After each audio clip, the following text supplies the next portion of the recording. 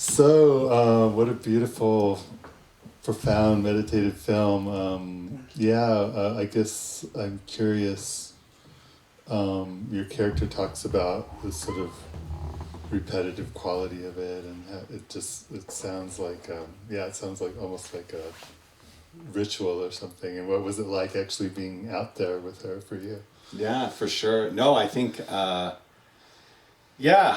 I mean, I heard about the work that she was doing, and I didn't know her backstory actually. Oh. And then I went out there and I spent, it's a long story, but I went out and spent a night with her just to observe the work and hang out. And it was so beautiful.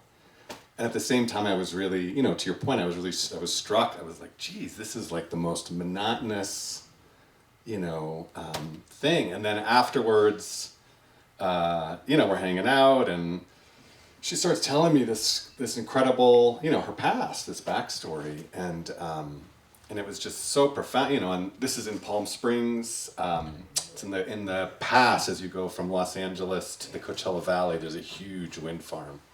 So it was out there, and it's right next to the Palm Springs airport.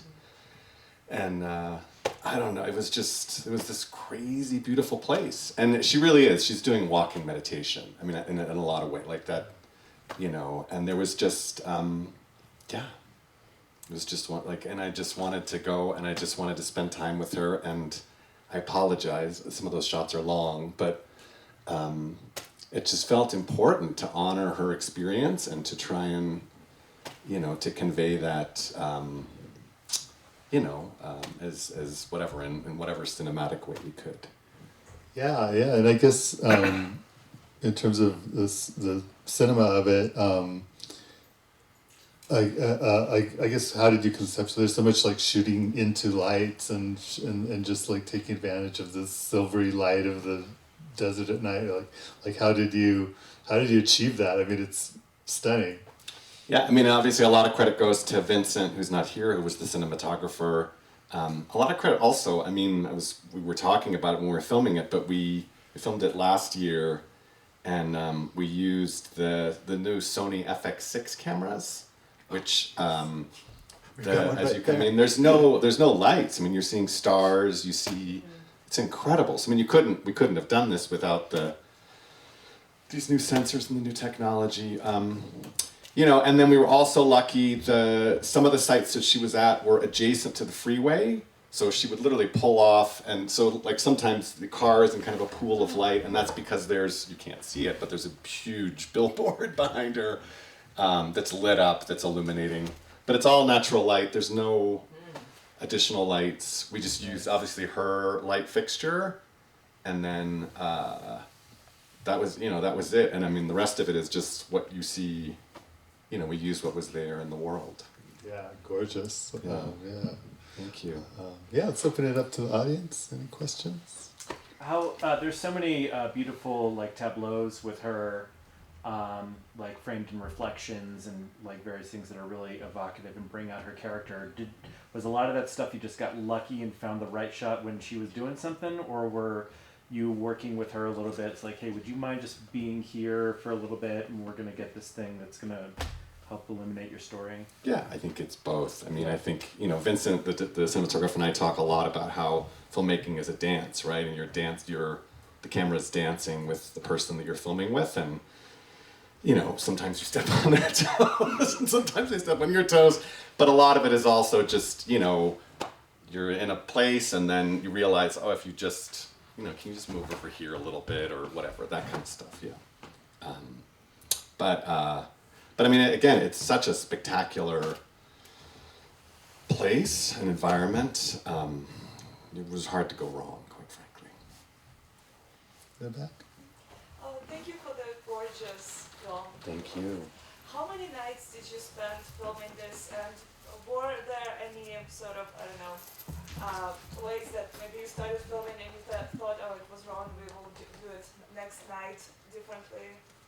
Yeah, so we filmed for, I think 3 nights we were out there, and then 4 days. And the first night, there's no footage from the first night. So the first night, all we did, because again, we were lucky, right? She's just repeating the same grid. She goes to the same place every night.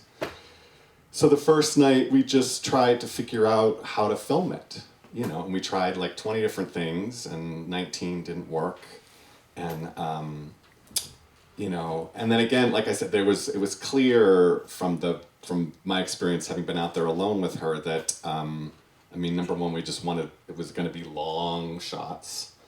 And we wanted to lean into this meditative quality and really, you know, lean into the capabilities of the camera and let the environment speak for itself. But yeah, and then the next 2 nights, it would just had to be patient. You know, we had to wait for her to find something. She only found 1 bird, which is a good thing, I think, really, in the time that she was out there. Yeah. So yeah, 3 nights. Does that answer your question? Anyone else? Go ahead. Did she train the dogs, or she does it? So Yeah. if she left that job, the dogs stay? So the dogs are trained to be search dogs by the Search Dog Foundation, which is in Southern California. It's in Antelope Valley. And then the Search Dog Foundation then sends the dogs out to either like SAR teams or wildlife researchers. And Rogue Detection is a company actually that trains the dogs to do wildlife detection. And then Sarah trains them for the specific target.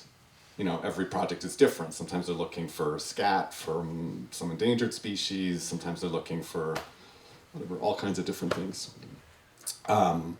And Sarah was out here for a year. I think she spent 14 months total on this job. It was a contract with the BLM and the turbine company. But the contract ended, and she's now actually in North Carolina looking for turtle poop with the same dogs. Same dogs. So she took them to North Carolina, they drove out there, and she retrained them for new targets, and they do the same thing in the swamp during the day. A little bit easier. Anyone else? Was the foundation or the company, is that how you found her, basically? You went through them, or? What was No, your- it's yeah. I had done a project with public television about people who work at night, and we had done a bunch of research, and the project was wrapped up, and someone sent me an article about wildlife researchers who work at night, and hers was one of the things. And I don't know why the project, you know, I didn't need to do it, but I called up it just looked cool. There was one photograph of Sarah at night in the turbine field, and I just called up the company she was working for, Rogue Detection, and they were excited and introduced me to her. But yeah, it was kind of a hunch. A cinematic hunch. Amazing. Anyone else? Great. Well, Thank you. yeah. So, what are you going to be working on? Do you have any personal projects coming up, or? I do. We're editing a feature film, a documentary that's about an 83-year-old man who's intellectually and developmentally disabled and who doesn't speak and who's deaf and who's lived at an institution in rural Pennsylvania for 70 years Oh wow. and who has to move. Oh. So it'll be, imagine this, but a little bit different. Nice. Yeah, there you go. Your same cinematographer. Same cinematographer, yeah. But it's, you know, similarly trying to figure, you know, how do you, How do you convey that's that a vision? very difficult, challenging dance to do. Yeah. So, but yeah, we've completed production, and so we're now editing that. Okay. Knock on wood.